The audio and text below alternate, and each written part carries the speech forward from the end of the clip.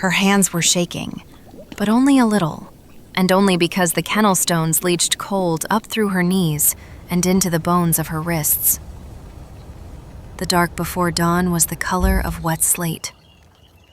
Odelia Holloway worked by feel more than sight, unwinding the old binding from the Runt's bad leg, pressing the pad of her thumb to the swollen joint to test the heat there, and tearing a fresh strip from the cuff of her own sleeve because she had run out of clean linen 3 nights ago, and pride was a luxury she had never been able to afford.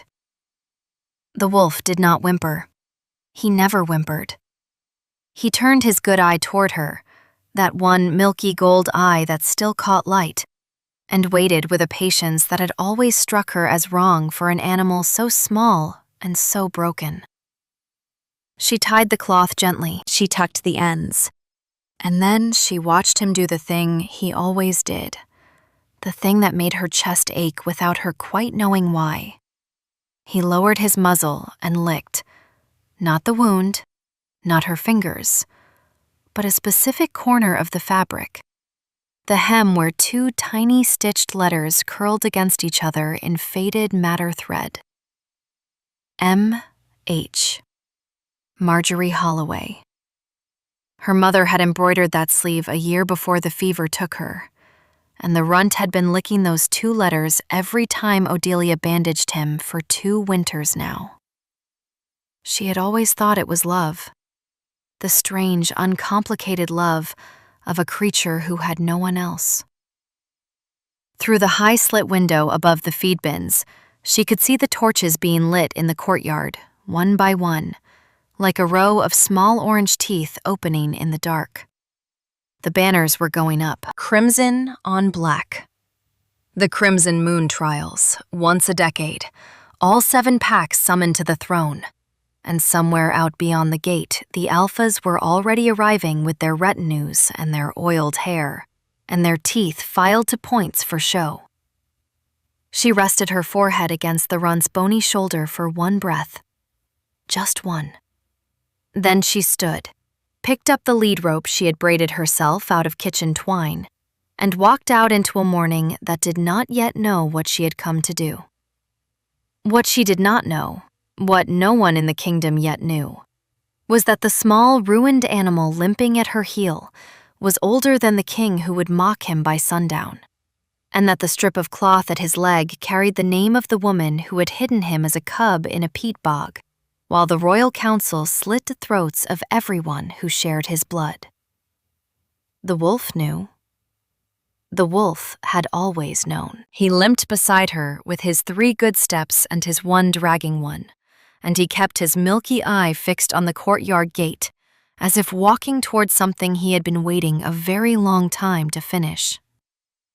The herald at the gate looked at her twice, and then a 3rd time, and on the 3rd look his face went through 3 expressions in quick succession, none of them kind.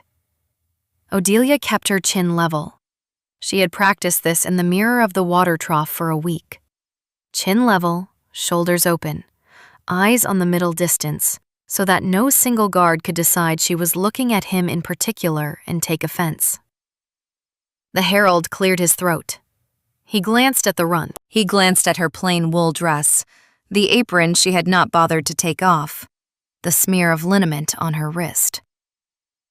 "Name and pack," he said, in the tone of a man who already knew the answer and wanted her to say it out loud so he could enjoy it. "Odelia Holloway, Ashbarrow." He wrote the first. He hesitated on the second. Ashbarrow was the losing pack, the smallest of the 7, the border vassals who had once held a stretch of pine forest and now held 3 hills and a leaking longhouse. He wrote it down anyway because the law said he had to. "Champion?" She set her hand on the Runt's head. "Him." The herald's quill stopped. A guard behind him snorted into his fist and then tried to turn the snort into a cough. The herald looked up slowly. "You are presenting," he said very carefully, "this." She did not blink. "I am." He set the quill down. He folded his hands. He spoke as one speaks to a child who has wandered too close to a cliff. Miss Holloway, the Crimson Moon trials are a contest of alphas. The entrants are required to shift, to fight, to bleed, and to bear the witness of the throne. The animal at your feet is, forgive me, missing a leg, missing an eye, and if I am not mistaken about the smell of him, missing the better part of his teeth. He has all his teeth. He has none of the qualifications. The proclamation, she said, and here her voice did not shake at all, because she had memorized this part the way other girls memorized prayers, says that any free soul of the 7 packs may enter a beast of their choosing to compete for the boon of the throne. It does not specify alpha. It does not specify whole. It does not specify wolf, though I will grant you that one is implied, and he is one, even if you cannot see it on him. The herald stared at her. The guard behind him had stopped pretending to cough. Somewhere on the far side of the courtyard, a horn sounded, low and hollow, the kind of horn that meant the king had crossed the inner threshold and the morning's business could begin. The herald looked at the horn. He looked at her. He looked at the runt, who chose that moment to sit down with a small, undignified thud and scratch at his ear with his remaining hind leg. The herald closed his eyes for a long moment. Then he wrote her in. He did it, she suspected, because he wanted to see what the king would do with her, and because a man whose job is to record cruelty develops a taste for watching it land. She bowed her head a fraction in thanks he had not earned, and led the runt into the staging yard. Behind her she heard him mutter to the guard that this was going to be the shortest first round in the history of the right. She did not turn around. She was thinking about Teo. She was thinking about the iron grate of the correction kennel, and the way her brother had looked at her through it the last time the guards had let her bring him bread. His small face thinner than she had ever seen it, his eyes too bright, his 9-year-old voice trying very hard not to ask when she was coming back. She had told him. Soon. She had told him she was working on it. She had not told him she was about to walk a half-blind, 3-legged wolf into the most sacred contest in the kingdom and stake her brother's life on what happened next. She let the breath she had been holding go, slow, through her teeth. The runt looked up at her. She rested her fingertips between his ears. "We just need to last," she murmured. "We just need to last long enough that they have to hear me speak." Brenton Forsyth, 4th of his name and 2nd of his line to wear the iron circlet, did not laugh. That was the first thing the court noticed, and the second thing was that he had not noticed they were noticing. He sat forward on the carved black seat with his elbows on his knees and his hands loosely clasped, and he watched the kennel girl from Ashbarrow walk her ruined animal into the sand of the arena. And somewhere in the back of his skull, a sound began that he had not heard in 19 years. It was not a voice. He would not have called it a voice. It was lower than that. Older. The way a struck bell goes on humming long after the hammer is lifted. He had been 7 years old the last time he heard it. And on that day, his mother had walked him to the orchard wall and made him promise that no matter what he heard from the great hall that night, he was to climb the wall and run. And he had climbed. And he had run. And by the time the household guard found him in the river reeds at dawn, she was already 3 hours dead, and the council was already drafting the official account of the tragedy. The sound in his skull then had been her, somehow.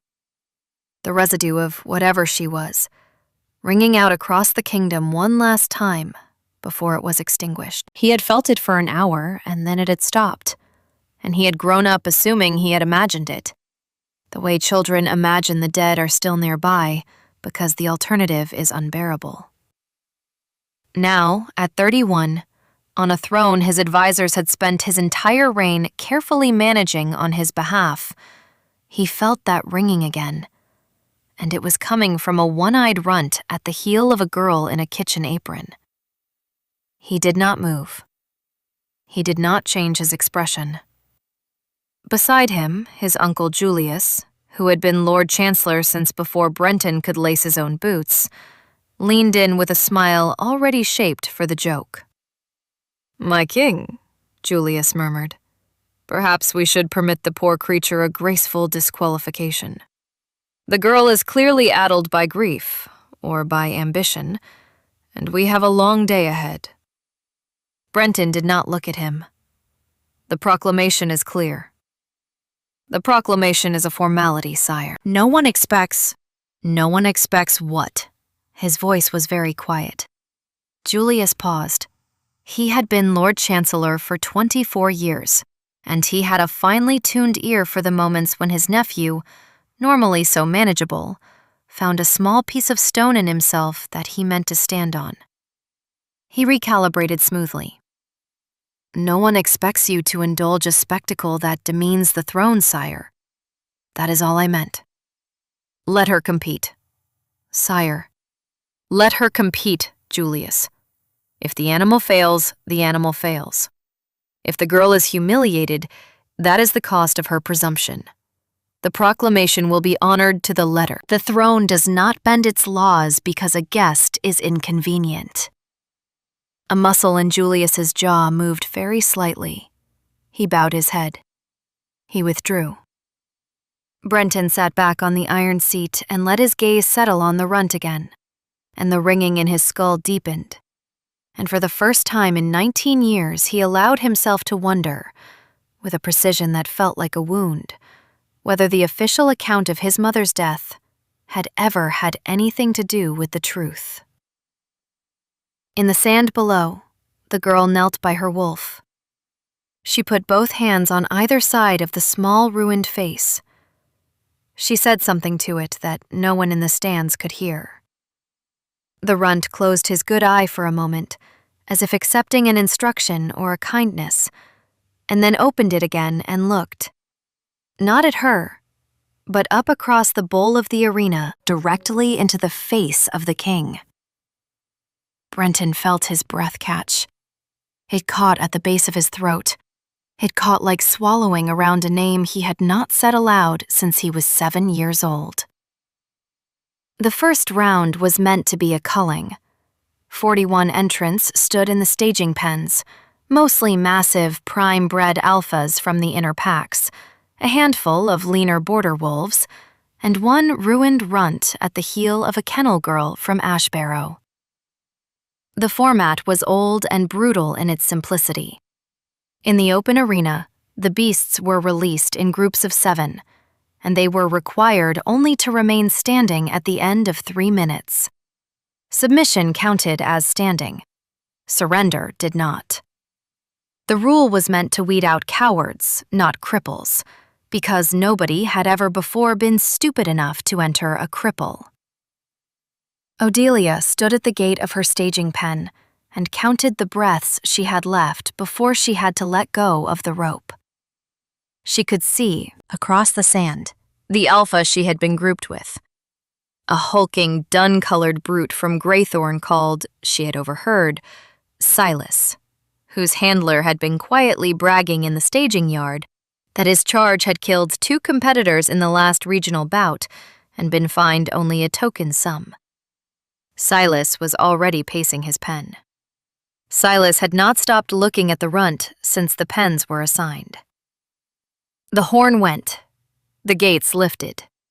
6 wolves boiled out into the sand in a tangle of muscle and snarl, and the 7th, the small one, limped out 3 steps behind them and then stopped, planted his 3 good feet, and waited. Odelia clenched the bars of her gates so hard the rust bit her palms.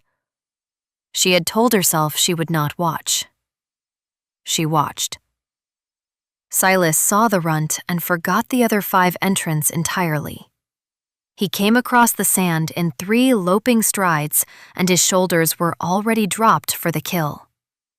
The crowd made the noise crowds make when they sense a death coming. That high collective intake that is not quite a cheer and not quite a gasp. Odelia stopped breathing. The runt did not move. He did not flinch. He stood with his bad leg lifted slightly off the sand and his milky eye fixed on the oncoming bulk of Silas. And at the last possible instant, when Silas's jaws were already opening for the throat strike, the runt simply sat down. He sat down the way a tired old dog sits down at the end of a long walk, with a small, undignified thud. And Silas, mid-lunge, with all his weight committed forward, went over the top of him in a graceless somersault and landed on his shoulder in the sand with a sound that the front rows of the stands would later swear they had heard the bones in. The crowd, which had been preparing to laugh at a slaughter, found itself laughing instead at a clown act. Silas scrambled up. Silas was not amused. Silas came again, lower this time, mouth wide, and the runt waited until the very last instant and rolled, once, neatly, onto his good side, so that Silas's jaws closed on sand and his momentum drove his lower fangs into the packed grit hard enough that one of them snapped at the root. Silas screamed. It was the scream of a wolf who has just realized that the thing he is fighting is not the thing he thought he was fighting. The other 5 entrants, who had been circling each other in a wary clutch on the far side of the arena, stopped circling. They were looking at the runt now, too. The runt rose, with great care, onto his 3 legs again, and turned his small, ruined face toward Silas. And did nothing. He did not advance. He did not posture. He simply stood and looked. And the look was not the look of an animal at all. The 3 minutes ended. The horn sounded. The gates opened. The handlers came running out to recover their beasts. Silas's handler had to drag him from the sand by the scruff because Silas would not turn his back on the small thing standing quietly across from him. The runt, when Odelia knelt to take his rope, leaned his bony shoulder against her thigh and breathed out once, slowly, as if he had been holding that breath for a long time. The herald, who had bet his colleague half a week's wages on a culling, paid up without a word. In the royal box, Brenton Forsyth watched the kennel girl and her ruined wolf walk back to the staging yard. And he did not look at his uncle, because if he looked at his uncle, he was going to ask a question, and he was not yet certain what the question was. And he had learned very young that you did not ask Julius Forsyth a question until you already knew what you were going to do with the answer. He sat with his hands clasped, and he listened to the ringing in his skull, and he waited. Between rounds, in the dim of the staging yard, a girl found Odelia. She was perhaps 13, thin-wristed, dressed in the dove gray of the inner palace servants, and she came carrying a wooden bowl of water and a heel of bread as if she had been sent on an errand by someone who did not want to be seen sending it.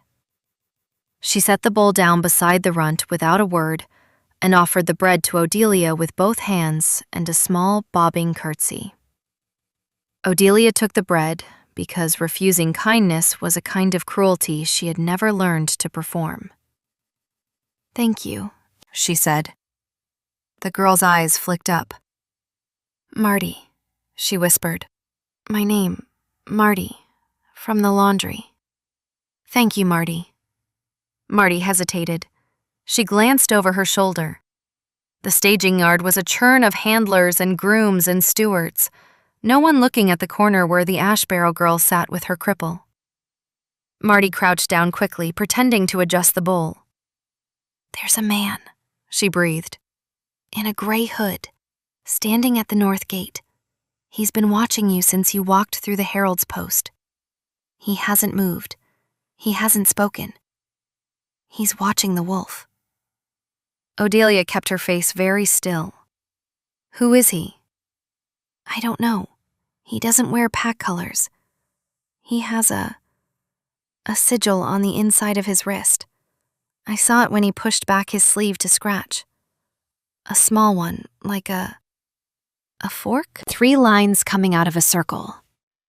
Odelia did not know the sigil. She would not have, but she felt the runt go very still under her hand, the way he went still when a hawk's shadow crossed the kennel yard, and she understood that whoever this was, he was not new to the runt, and the runt was not new to him. "Thank you, Marty." Marty ducked her head, took back the bowl, and slipped away into the churn. Odelia sat with her hand on the runt's shoulder and the heel of bread in her lap and tried to think. Behind her, she heard footsteps. She did not turn. She had spent her life as a kennel girl in a losing pack, which is to say she had spent her life learning not to turn when footsteps came at her from behind, because turning made it worse, and not turning sometimes made the person walk past. These footsteps did not walk past. They stopped beside her. A polished boot entered her field of vision, and above the boot, a robe of dark blue trimmed in silver thread, and above the robe, eventually, when she made herself look up, the long, pale face of Lord Chancellor Julius Forsyth. He smiled at her. It was a smile that had been used in court for 24 years and had been polished smooth by repetition. "Miss Holloway, what a thoroughly diverting morning you have given us." "My lord?" "I have come to make you an offer." She waited. "Withdraw," he said gently. "Withdraw your champion before the second round. You will be given a sum sufficient to repair your roof at Ashbarrow and feed your pack through the winter, and you will be given safe passage home. The king is a generous man, and he does not wish to see you humiliated further than you have already humiliated yourself." She did not speak. He misread her silence. He crouched, smoothly, gracefully, the way a man crouches who has been taught from childhood that his knees are valuable. He brought his face very near to hers. He smelled faintly of cold metal and something sweet underneath, like honey poured over iron. The runt beside her made a sound she had never heard him make. It was not a growl, it was lower than a growl. It was the sound a deep well makes when something shifts at the bottom of it. Julius did not appear to hear it. "I will be candid with you, Miss Holloway, because I respect frankness in a woman of your station. The boon you intend to ask is not within the king's gift to give. The children in the correction kennels are there by ancient law, and ancient law cannot be overruled by a tournament prize. You will stand before the throne, you will speak your request, and you will be told no, and then you will be sent home with nothing, and the small animal who has performed so charmingly for us today will be put down as a courtesy because he cannot survive the road. Withdraw, take the gold, save the dog, save yourself." She looked at him for a long time. He was very close. She could see the small, fine lines at the corners of his eyes, and she could see, just at the edge of his sleeve, where it had ridden up on his wrist, a small dark mark, 3 lines coming out of a circle. The breath caught at the base of her throat, slow, a tightening like swallowing around a name she had not said aloud. She let it pass. She made her voice as soft as his. "My Lord Chancellor, if the children in the correction kennels are there by ancient law, then I will ask the king to invoke an older one. Thank you for the bread." Julius's smile did not move. His eyes did. He rose, smoothed his robe, inclined his head a precise fraction, and walked away. The runt watched him go. The runt watched him all the way to the far end of the staging yard, all the way until the dark blue robe vanished into a passage between 2 storerooms. And only then did the runt lower his head and rested, very gently, against Odelia's knee. "You know him, don't you?" The runt closed his good eye. She did not need an answer. She already had it. She had been 11 years old the night her mother died. The fever had come through Ashbarrow in late winter and taken half the longhouse with it. And her mother had been one of the last to go because her mother had been the one nursing the others. And by the time anyone thought to nurse her mother in turn, the fever was already in her chest. Odelia remembered very little of the death itself. She remembered the bowl of water she had been told to keep cool. She remembered the cloth she had been told to wring out and replace on her mother's forehead. She remembered that her mother had used the last of her breath not on a blessing and not on a farewell, but on an instruction, given in a voice so thin, Odelia had to bend her ear all the way to her mother's mouth to catch it. "Find him," her mother had whispered. "The peat. The East Bog. He'll be small. He'll be hurt. Don't tell anyone. Don't tell your father. Don't tell the council.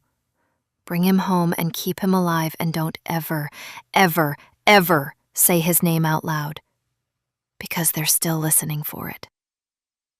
Odelia, 11 years old, with a cloth in her hand and her mother dying under it, had said, "What name?" And her mother had told her.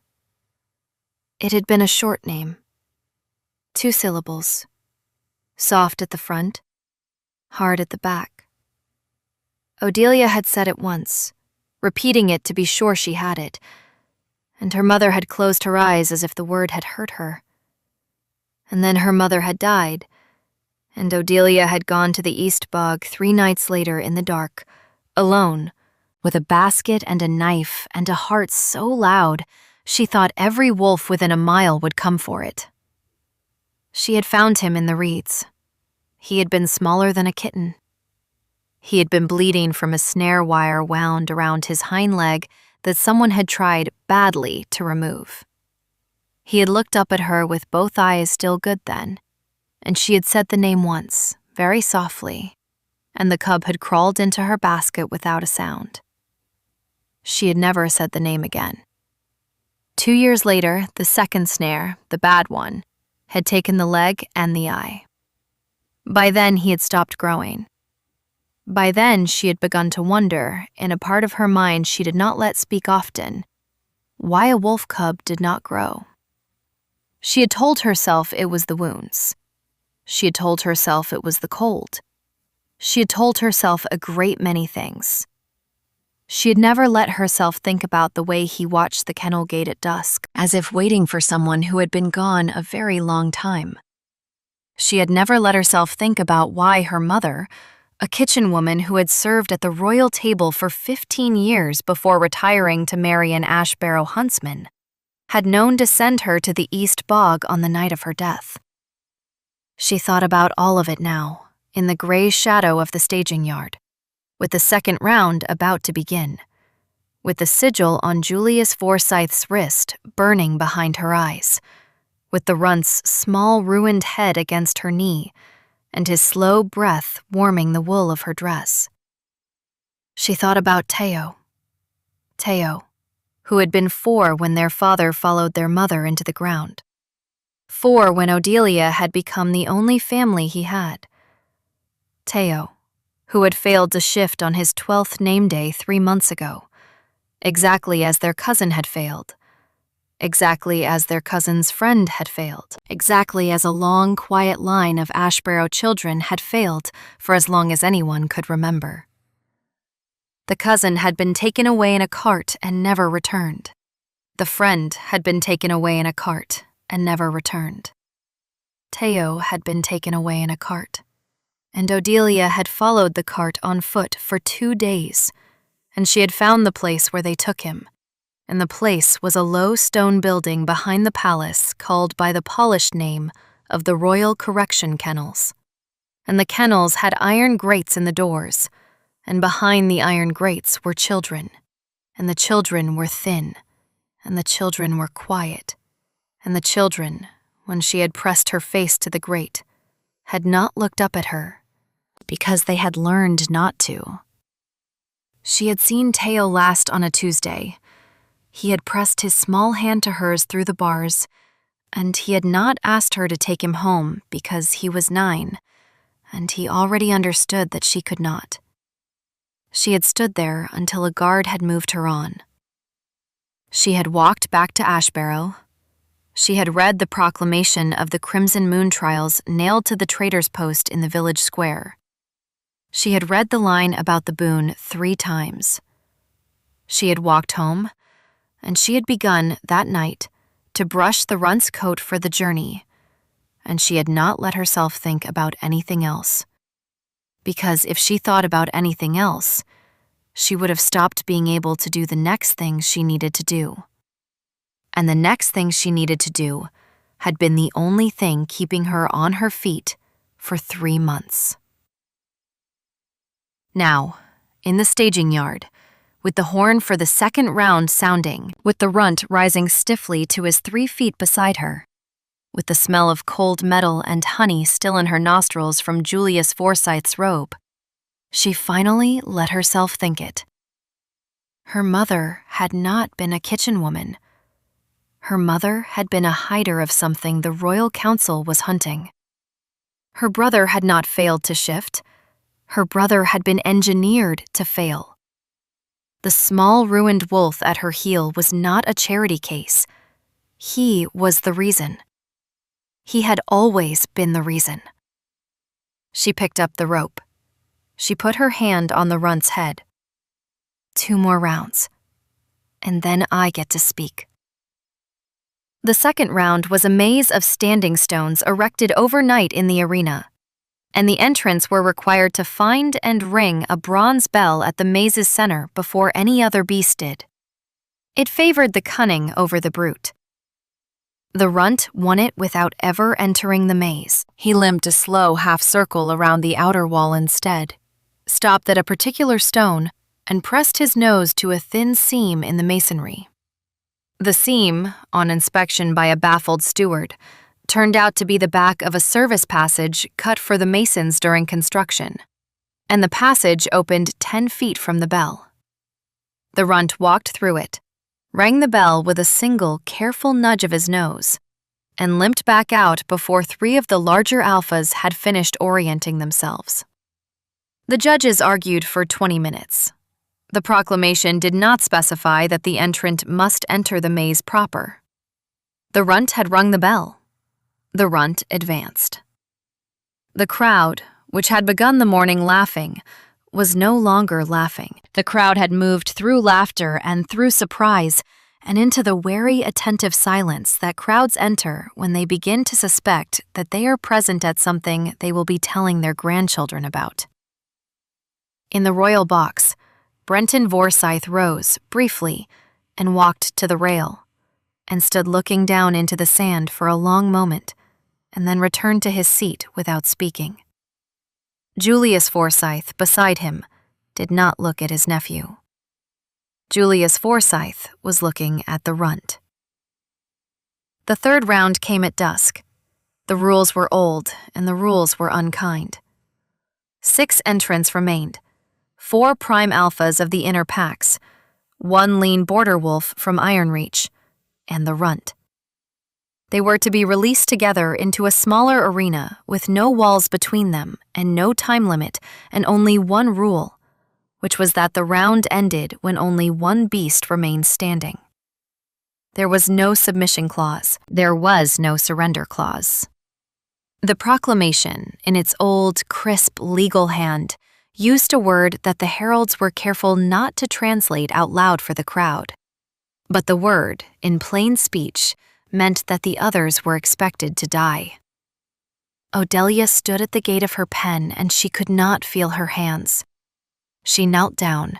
She put both palms on either side of the Runt's small, ruined face, and she looked into his one good eye, and she said, quietly, only for him, the name. The name her mother had given her on the cloth and water night.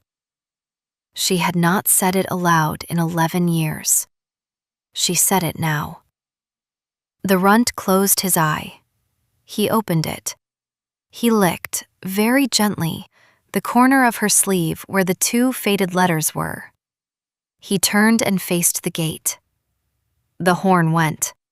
The gates lifted. The other 5 wolves came out in a low, coordinated rush, because somewhere between rounds, the 4 inner pack alphas had reached an understanding with each other and with the Iron Reach wolf that the runt was the priority, and the rest could be sorted afterward. They came at him from 5 angles. The runt took 2 steps forward into the sand, and he stopped. And Odelia, watching, saw his bad leg lift off the ground entirely, and saw his good eye change. It changed color. It went from milky gold to the color of the inside of a forge. The first alpha hit him. The runt did not move. The alpha rebounded as if he had hit a stone wall, hit the sand on his back, scrambled up, came again. The runt did not move. Something was happening to the runt's outline. The edges of him were going soft. The edges of him were going wrong. Odelia heard a sound from the crowd that she would think about for the rest of her life.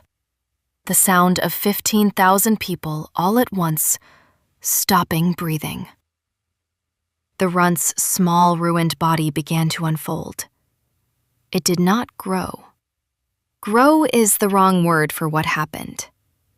It unfolded. The way a piece of black cloth folded 8 times unfolds when you let go of it. And what came out of him was not a wolf, but the memory of a wolf magnified beyond reason. He rose. He rose past the shoulder of the alpha who had just hit him. He rose past the standing height of any man in the arena. He rose past the top of the staging gates. He kept rising. His coat was obsidian, and the firelight from the torches ran across it like water, and across his flanks, long silver scars cracked and shone like moonstone catching the dawn. And his eyes were the color of the inside of a forge, and his jaws, when they opened in a great slow yawn that was not a yawn, but an acknowledgement, were wide enough to take the skull of a war bear. A second pair of shoulders unfolded from the first. From the second pair of shoulders rose a frame of pure shadow that was not a wing and was not a wing. A vestigial wing frame that lifted slowly and settled, as if remembering how. He stood at the center of the arena with the 4 inner pack alphas frozen at his feet, and the Iron Reach wolf already lying flat on its belly in the sand in instinctive submission. And he turned. Slowly, and he looked up across the bowl of the arena, and he looked, not at the king, but past the king, at the dark blue robe and the silver trim beside the throne. Lord Chancellor Julius Forsyth rose from his seat. Lord Chancellor Julius Forsyth took 1 step backward. In the stands, somewhere behind Odelia, an old woman who had served at the royal table 40 years ago dropped to her knees and began to weep. And someone else, somewhere in the cheap seats, said the word, "Dire Warden," in a whisper, as if uncovering a word she had been taught as a child and forbidden to ever say. The crowd, all at once, took up the breath they had stopped taking. The sound was like a wind rising. Brenton Forsyth did not move. Brenton Forsyth was looking at the small ruined kennel girl from Ashbarrow, standing alone at the open gate of her pen, and he understood, with the same precision with which a man understands he has been bleeding internally for 19 years, that everything he had ever been told about his mother, about his line, about the throne under him and the council behind him, had been a lie of a magnitude he had not yet finished measuring. Odelia walked. She did not run, because running would have looked like fear, and she had decided in some calm place inside herself that fear was not what she had come here to perform. She walked out of the open gate of her pen. She walked across the sand. She walked toward the unfolded enormity of the thing that had been her runt, and the 4 prime alphas frozen at his feet parted for her without being told to. And the Iron Reach wolf, lying flat in submission, lifted his head only enough to watch her pass with the eyes of an animal who has understood something he will never be able to explain. She stopped at the dire warden's foreleg. The foreleg alone was taller than she was. She put her hand on it. She felt the heat coming off him, and the heat was not the heat of a beast. It was the heat of a forge under stone, banked and old and patient. She did not crane her neck up to look at his face. She did not need to. She let her hand rest there, palm flat, and she turned, with her hand still on him, to face the royal box. The arena was utterly silent. Even the torches seemed to have quieted. She found the king in his seat. She found his eyes. She inclined her head, the small, precise inclination she had practiced in the water trough, the chin level, the shoulders open. She spoke, and her voice, in the silence, carried farther than she had any right to expect. "My king, by the proclamation of the Crimson Moon trials, my champion has won. By the proclamation, the throne now owes one boon to the victor's handler, and I am she, and I am here to claim it." Breton Forsyth rose. He came forward to the rail of the royal box. He did not look at his uncle. His uncle was no longer beside him. His uncle had taken one further step back and was standing now in the half-shadow at the rear of the box, very still, with one hand inside his sleeve. Brenton's voice, when he spoke, was the voice of a man who had decided something. "Speak your boon, Miss Holloway." "Release every child currently held in the Royal Correction Kennels for failing to shift by their 12th name day." A murmur rose in the stands and was crushed by his next words. "Granted." Julius Forsyth's hand came out of his sleeve. The thing in it was small and dark and unornamented, the way the most dangerous tools always are. A thin, curved blade, no longer than a quill, and the blade had a faint blue cast at the edge that Odelia had never seen before, but which the dire warden beside her had clearly seen many times, because the dire warden made a sound. It was the first sound he had made in the arena. It was the sound of grief. It was the sound of a creature who, in 19 years of being small and ruined and silent, had been waiting for this exact moment and had hoped against the evidence of his life that it would not come. He moved. He moved faster than a thing his size had any right to move, and he placed his enormous body between Odelia and the royal box, and the thin curved blade, thrown by Lord Chancellor Julius Forsyth with the practiced flick of a man who had thrown such blades before and recently, struck him in the second pair of shoulders, in the soft place where the shadowing frame met flesh, and sank to the hilt. The dire warden staggered. Odelia screamed his name. She screamed the name her mother had given her, the soft front hardback name, and she screamed it out into the silence of the arena, and the silence did not absorb it. The silence amplified it. The torches in the arena went out, all of them, at once, as if a great breath had moved over the bowl of the arena and extinguished them. In the dark that followed, which was not quite dark because the dire warden's silver scars had begun to shine, Odelia saw Julius Forsyth turn to run, and she saw Brenton Forsyth, with the speed of a man who had spent his life being underestimated by his uncle, catch the back of the chancellor's robe in one hand and lift him bodily off the floor of the royal box. She heard Brenton speak, low, in a voice that did not carry but that she understood anyway. 3 words. "My mother's blade." Julius did not deny it. Julius did not have time. The dire warden, behind her, was breathing in long, ragged pulls, and she turned to him and she pressed both her small hands to the place where the hilt of the blade stood out of his shadow flank, and she did not pull, because she had spent 2 winters tending his wounds, And she knew, with the precise knowledge of a healer who has learned only by failing, that a blade pulled wrong kills faster than a blade left in. She did not pull. She held. She held him with her 2 hands on the hilt, and she held him with her forehead pressed against the obsidian heat of his flank, and she said into him, not aloud, the name once. And the breath caught at the base of her throat. For the 3rd and last time that day, a slow tightening like swallowing around a name she had finally said aloud after 11 years of carrying it. He did not die. He did not die because the blade had been forged to kill a cub and his shadow flank had grown thick enough in 19 years to take it and live. He swayed.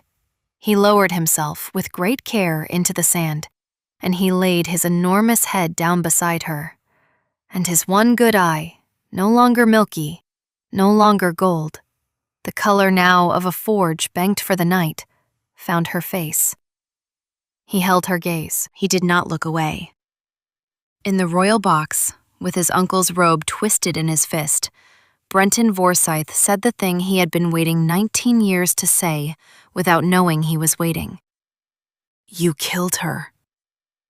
Julius Forsythe, in the grip of a king whose strength he had spent 24 years carefully not measuring, did not bother to lie. He had lived a long and clever life, and he was clever enough to know when cleverness was over. He smiled, the polished court smile. She bred wrong, sire. She bred the old thing back into the line. We had spent 3 generations breeding it out. We had made the throne containable. She, your mother, she carried it knowingly. And she made you knowingly. And when we understood what she had done, we did what the council has always done when the line goes wrong. We pruned. We pruned her, and we have pruned every cub born with the marker since. And we would have pruned the one in the sand if a kitchen woman had not stolen him on the night we came for the litter. Marjorie Holloway. Marjorie Holloway. We never found him. We assumed he had died in the bog. We were not careful enough about her daughter.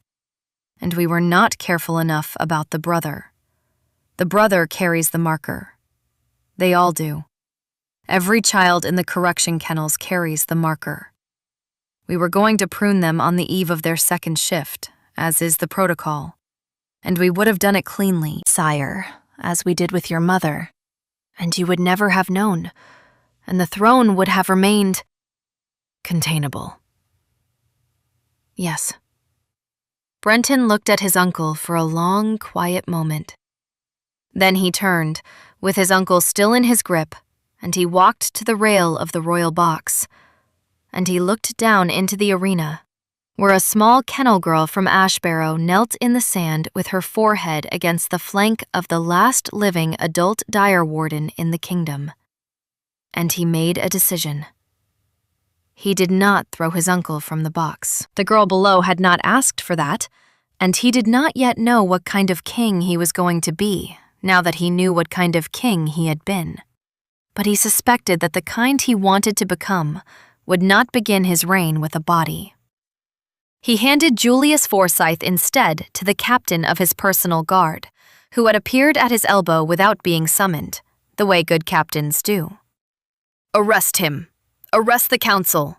Every counselor who served under my mother. Hold them in the South Tower. Send riders to the correction kennels. Every child is to be brought to the palace, fed, warmed, examined by my own physician, and not separated from any other child without my personal, written order. Tell the riders to ride hard. Tell them I am sending them because I have already taken too long. The captain bowed and went. Brenton turned from the rail. He walked down the long stone steps from the royal box into the arena. He crossed the sand. He stopped a respectful distance from the dire warden's lowered head, and from the kennel girl kneeling at its flank.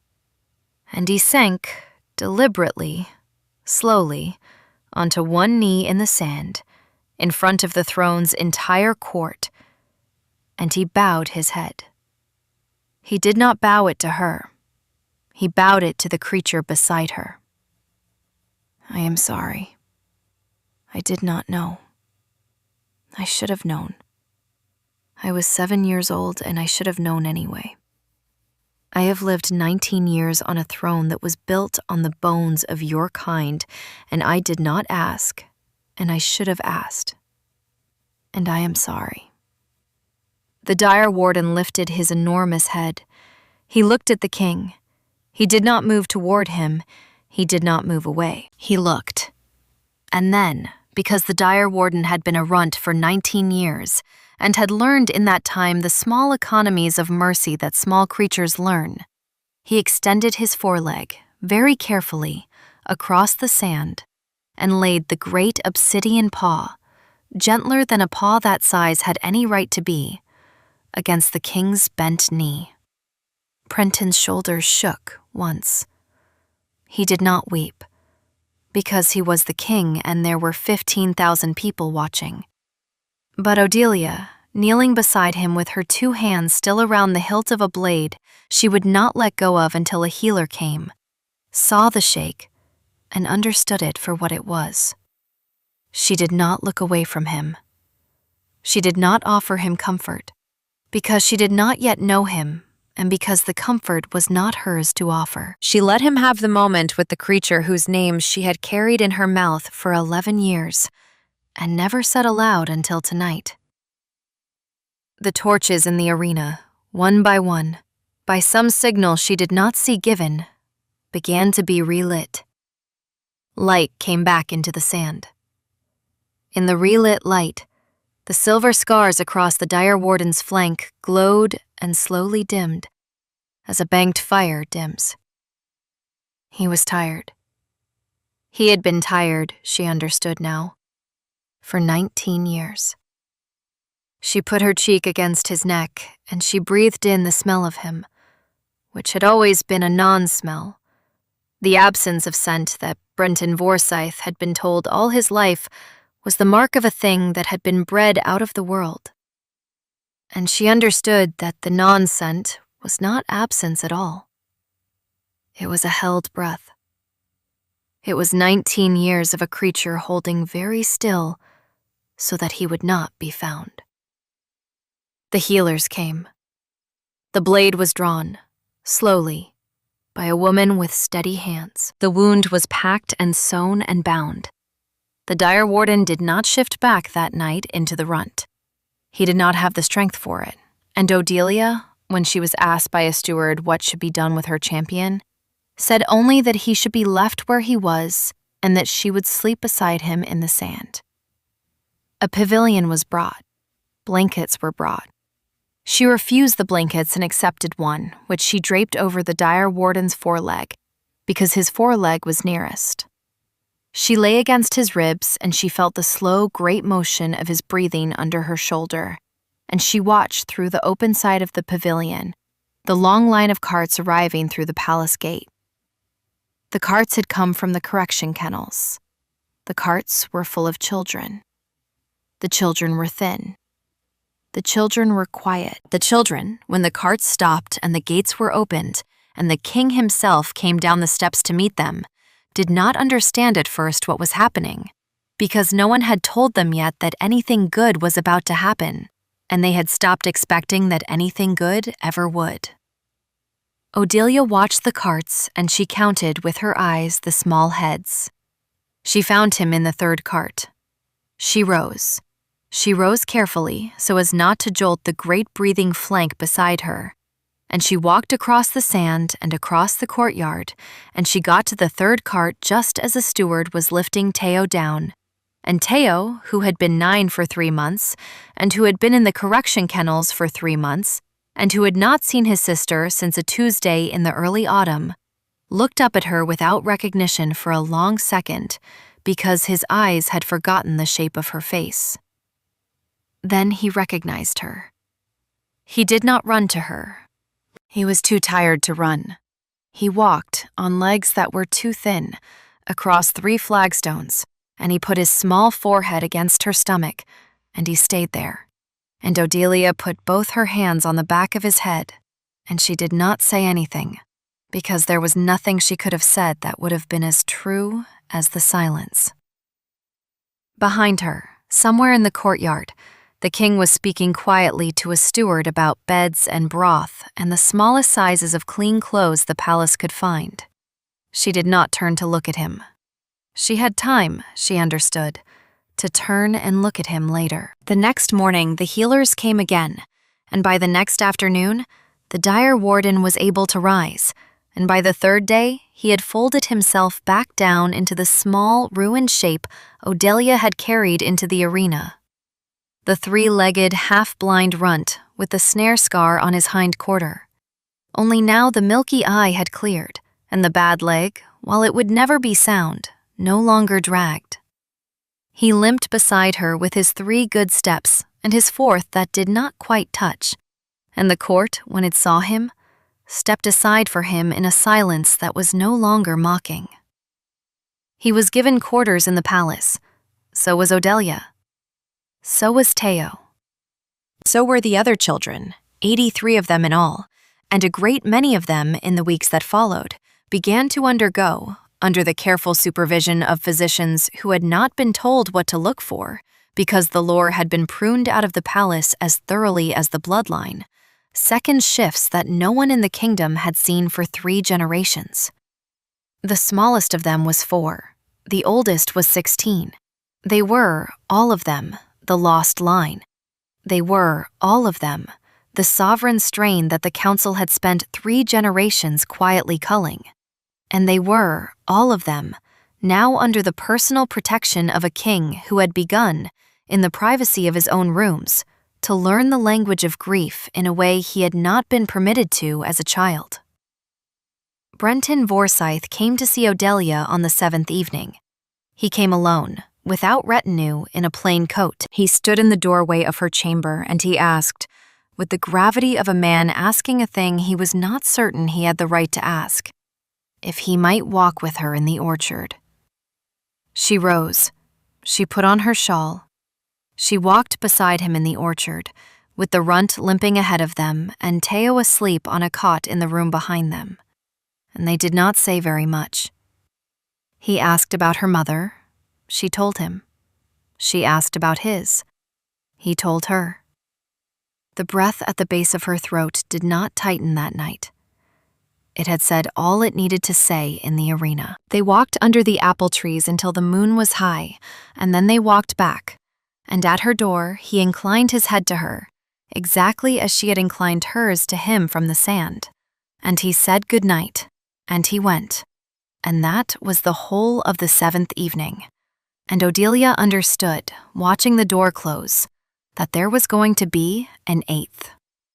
A week after that, on an ordinary afternoon with no ceremony to it at all, Odelia was sitting on the low stone wall at the edge of the orchard, with a small wooden bowl of late plums in her lap, splitting them with her thumbnail and giving the halves to Teo, who was sitting beside her with his shoulder against hers, and his legs swinging because they no longer hurt to swing.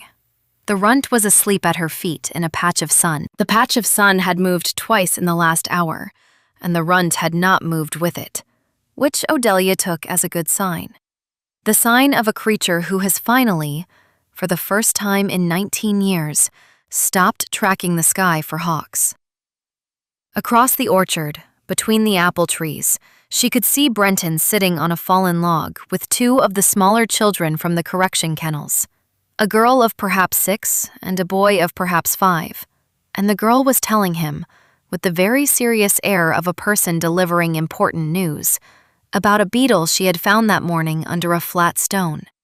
And Brenton was listening with the very serious air of a king who had recently learned that listening to a small girl about a beetle was as important as anything else a king did in a day. And the boy of perhaps 5 was leaning against the king's knee, with one small thumb in his mouth and the other small hand resting, with the absent confidence of a child who has decided this is now a safe place, on the king's wrist. Teo bit into a plum half and the juice ran down his chin. "Odie," he said around the plum. Is he going to come back over here?" I think so. Is he going to bring the children? I think he might. Good. I like the small one. He doesn't talk much. Neither do you. I talk to you. That's true. Teo swung his legs. The runt in the patch of sun sighed a great old sigh, the way a wolf sighs when he has decided the day is good. Across the orchard, the small girl finished her report about the beetle, and Brenton rose, and the boy of 5 reached up and took the king's hand without asking, and the 3 of them began to walk, slowly, around the edge of the apple trees toward the wall where Odelia sat. Odelia split another plum. She gave Teo half. She put the other half in her own mouth, and she watched them come, and she did not think, in any complicated way, about anything at all.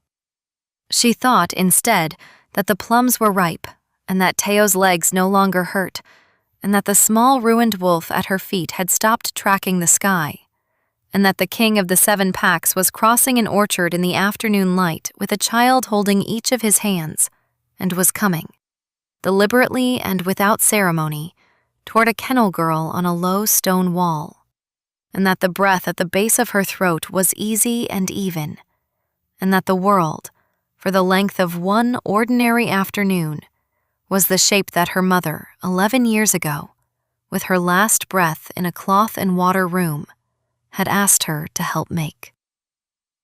The runt opened his one good eye, found the king crossing the orchard, and closed it again.